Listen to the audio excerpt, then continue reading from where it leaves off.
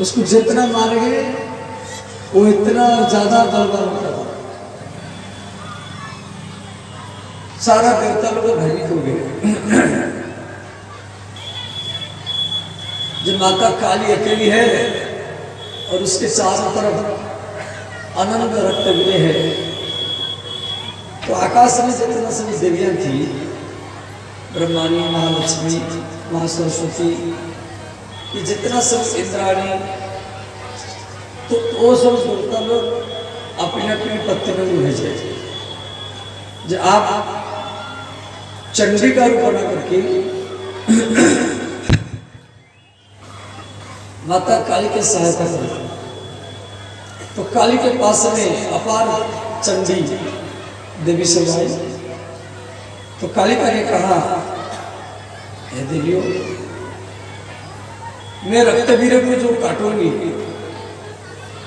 आप जीभ लपलपाती हुई तो उन रक्तों को चाट लेना, सब खप्पर लेकर के युद्ध के मैदान में घूमना और उसके रक्त जमीन पर आने मत देना। जितना रक्त सब गिरेंगे वो खप्पर में गिरेंगे और उन खप्परों के रक्तों को आप चाट देते रहना, पीते रहना, उसको जमीन पर आने मत देना। वो जमीन पर यदि गिरेगा तो उसके समान दूसरा राक्षस जन्म लेगा। इस प्रकार सब चंडी रक्तवीर के खून को पीते गए और अंत में माता काली के द्वारा रक्तवीर का मृत्यु हुआ।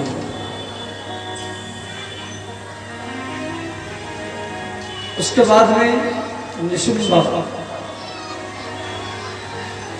वो भी माता काली के साथ भयंकर युद्ध किया। निशुम्भा का मृत्यु काली के द्वारा हुआ। उसके बाद में अंतिम में शुंभ, जो मुख्य राक्षस शुंभ है, और वो युद्ध के मैदान में आया। पहले देवी काली को देख करके उन 9 प्रकार के श्रृंगार रस का वर्णन किया और विवाह का प्रस्ताव रखा। माता काली ने कहा, पहले आपको मेरे साथ युद्ध करना पड़ेगा, यदि आप जीतेंगे तब मैं आपका बात मानूंगा। तो शुंभा और काली दोनों में भयंकर युद्ध होगा। अंत में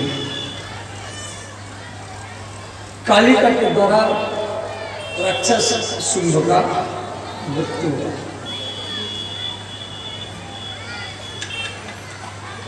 भगवान शिव जी को ये दूत बनाकर के भेजी थी, इसलिए भगवती का एक नाम पड़ा शिव दूती।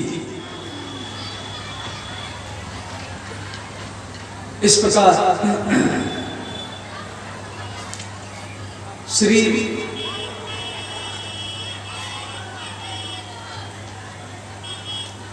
ध्यान, एक बार देवराज इंद्र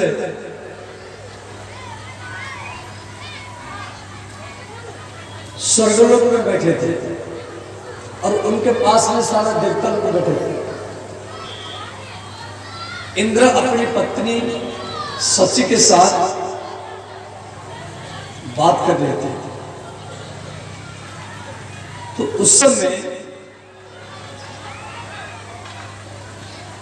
गुरु बृहस्पति आया। तो गुरु बृहस्पति को देख करके सारा देवता लोग खड़े हो गए। कोई आपके घर में, परिवार में गुरु हो, अतिथि हो या कोई नेता हो, मान लो आया है, तो खड़े होकर के या बैठ करके, लेट करके, या हाथ मिलाना, आसन से खड़े हो जाना, या राम राम भैया, राधे राधे इस प्रकार बोलना, नमः शिवाय, जय माता की इस प्रकार बोलना, ये भी एक प्रकार के स्वागत का है। देखो, प्रणाम व्यक्ति को नहीं किया जाता है, प्रणाम व्यक्ति के व्यक्तित्व को किया जाता है। व्यक्ति और व्यक्तित्व में अंतर है। व्यक्ति मर जाता है परंतु व्यक्तित्व को समाज में छोड़ कर जाता है।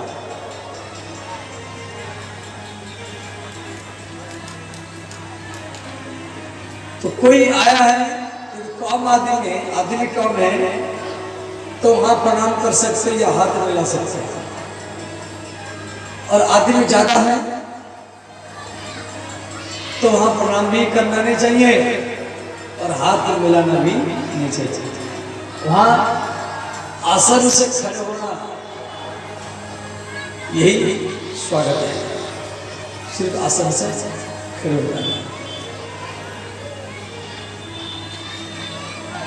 देखो, दूसरे के सामने झुकना ये साधारण बात नहीं है।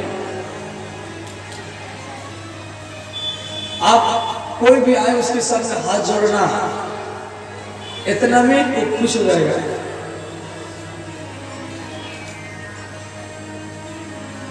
छोटा हो बड़ा हो, पुरुष हो स्त्री हो, प्रेमी हो विरोधी हो, सबको हाथ जोड़ो, सबके सामने झुको।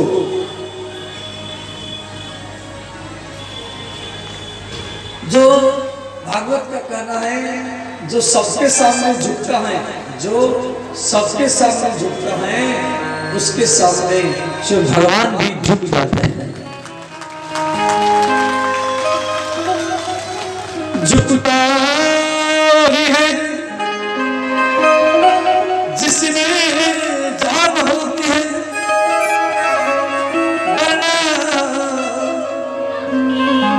अकड़त मृदा की पहचान होती है।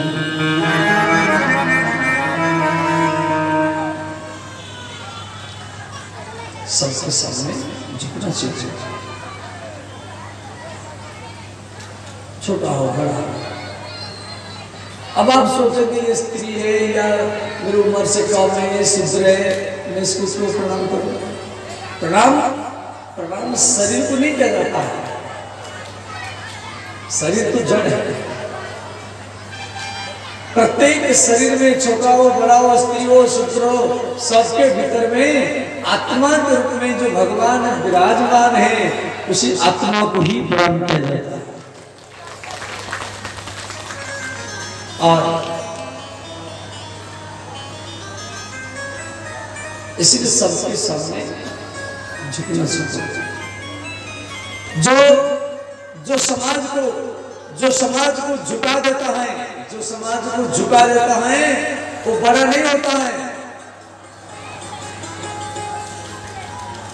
जो समाज को झुका देता है वो बड़ा नहीं होता है। वो सोचेगा समाज मेरे अंडर में है, उसका अहंकार बढ़ेगा। जिसको समाज का कभी भी भय नहीं है वही व्यक्ति का अहंकार बढ़ेगा और अंतिम में वो रावण, कंस और महिषासुर बनेगा। जिसको समाज का भय है और उसका अहंकार समाप्त हो जाएगा और अंतिम में वो हनुमान ही बन जाएगा। इसीलिए समाज को जो झुका देता है वो बड़ा नहीं होता है, जो समाज के सामने झुक जाता है वही बड़ा होता है। इसलिए समाज के सामने झुकना सीखो, समाज का भय रखो। भगवान राम समर्थ है परंतु एक व्यक्ति ने सीता का निंदा किया, जिस कारण श्री राम जी माता सीता को अयोध्या से अलग रखे। माता जानकी को लक्ष्मण जी घोर जंगल में लेके छोड़े। तो माता जानकी भी अपनी पिहरगार या कहाँ नहीं गई।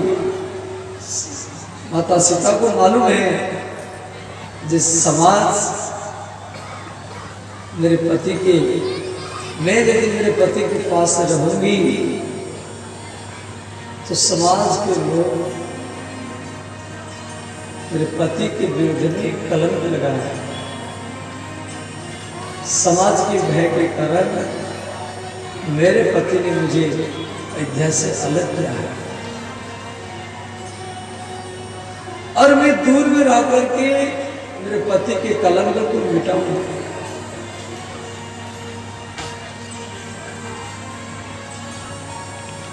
भगवान राम समाज को ये शिक्षा दिए। यदि राम जी को मालूम है रावण को मारने के बाद में वो अग्नि में परीक्षा करके सीता को लाए, यदि उनको पूरा कॉन्फिडेंस है, परंतु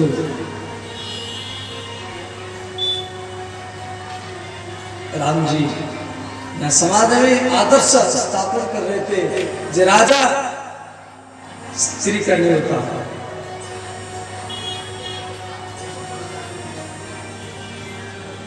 राजा पुत्र का नहीं होता है, राजा रिश्तेदार का नहीं होता है, राजा परिवार का नहीं होता है, राजा समाज का होता है, देश का होता है, राष्ट्र का होता है, और वही राजा देश को राम राज्य ही बना सकता है। जिसके भीतर में सोच होगा जब मैं स्त्री का हूं, परिवार का हूं, पति का हूं, तो कभी राजनीति में बढ़ नहीं पाएगा, कभी वो राजा नहीं बन सकता, कभी वो महाराज नहीं बन सकता। जिसके जब ये सोच है कि मैं स्त्री का हूं, परिवार का हूं, तो कैसे राजा बनेगा, कैसे साधु बनेगा, कैसे सन्यासी बनेगा। इसलिए तो सन्यासी को महाराज कहा जाता है। इसका जो सोच होना चाहिए हमें समाज का, ये है राजधर्म, राजा का। तो देवराज इंद्र को देवता लोग बोले महाराज गुरु जी आए, गुरु बृहस्पति आए, सब खड़े होकर के सम्मान किया और आप आसन में बैठ रहे, खड़ा होना चाहिए। तो इंद्र को जब मालूम पड़ा मेरे गुरु आए थे और मैं आसन से खड़ा नहीं हुआ, तो इंद्र को बड़ा दुख हुआ। जब मैं वो गुरु जी को मनाने के लिए लगा, तो इंद्र गुरु बृहस्पति को मनाने के लिए गए, परंतु गुरु बृहस्पति अंतर्ध्यान हो गए, गायब हो गए। तो उस समय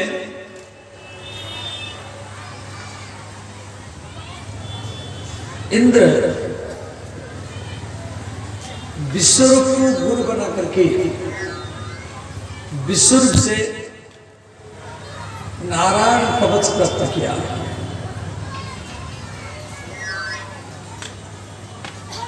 तो विश्वरूप के जो पिता है ब्राह्मण है और मां राक्षसी है, फिर भी विश्वरूप ब्राह्मण का लाया। देखो कोई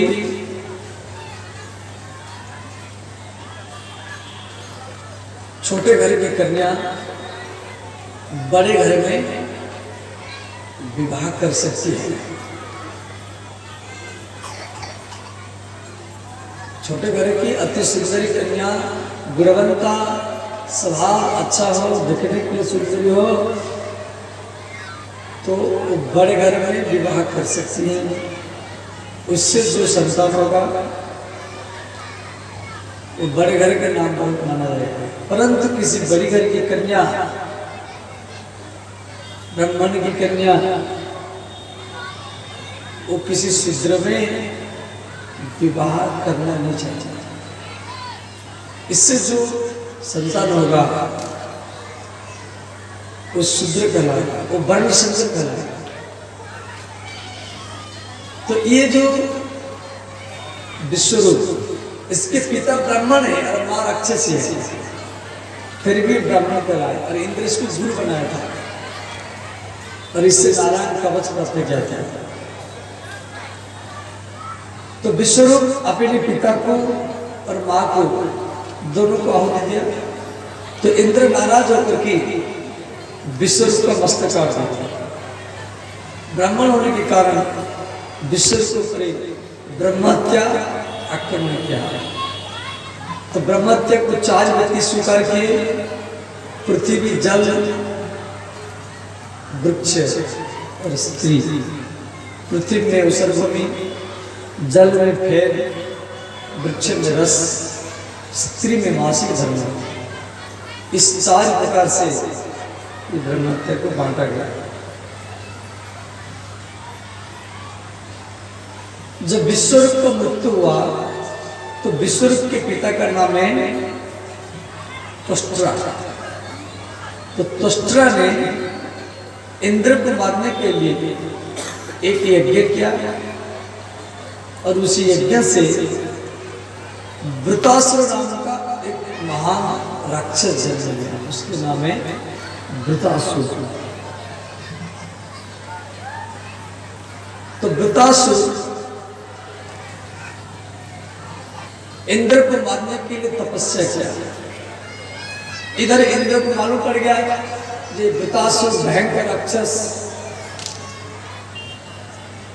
और वो जो मारने के लिए तपस्या कर रहा है, जो यज्ञ कुंड से प्रकट हुआ है, तो गुरु बृहस्पति के शरण में गया।